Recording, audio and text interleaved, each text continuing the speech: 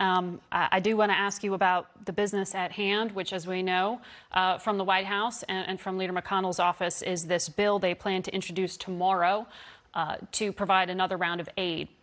You opposed it earlier this week. Are you on board now?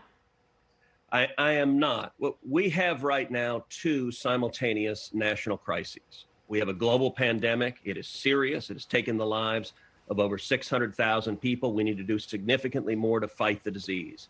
At the same time, we have an absolute economic catastrophe. We have over 44 million Americans have lost their job, and we have got to get America back to work. Unfortunately, I just listened to your interview with Speaker Pelosi. Her objectives are focused on neither of those. Her objectives are shoveling cash at the problem and shutting America down. And in particular, you look at the $3 trillion bill she's trying to push. It's just shoveling money to her friends and not actually solving the problem.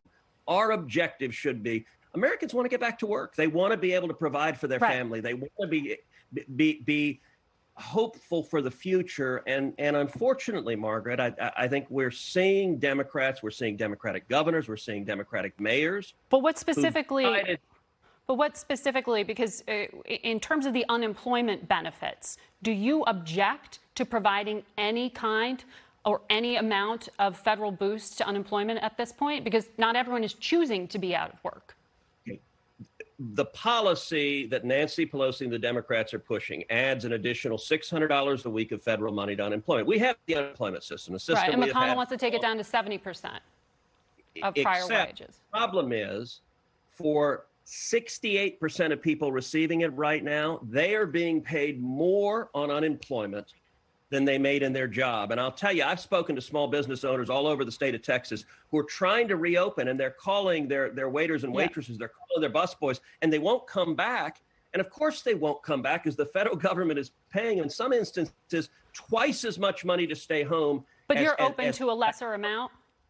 Look, what we ought to focus on, instead of just shoveling trillions out the door, we ought to be passing a recovery bill. Now, what's a recovery bill? A recovery bill would be lifting the taxes and the regulations that are hammering small businesses so that people can go back to work. A recovery bill would suspend the payroll tax, which would give a pay raise to everyone in America who's working. That actually gets people back to work. Well, the Treasury Secretary said this morning that you could have 5, 6, 7 other bills coming along that include things like a payroll tax. But this time, unemployment in particular is something that he said needs to be extended. And according to our latest CBS poll, it's very popular.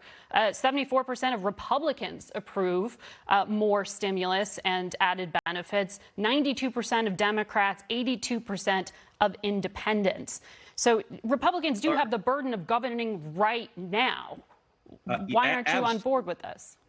I am on board with restarting the economy. What Democrats want to do, we're 100 days out from the presidential election. The only objective Democrats have is to defeat Donald Trump. And they've cynically decided the best way to defeat Donald Trump is shut down every business in America, shut down every school in America. You know, Nancy Pelosi talks about working men and women. What she's proposing is keeping working men and women from working. And, you know, ironically, what she does have in her bill, she has a big tax cut for millionaires and billionaires in blue states. I just want to quickly get you on. I'm sorry. I just want to quickly get you on China because I'm running out of time.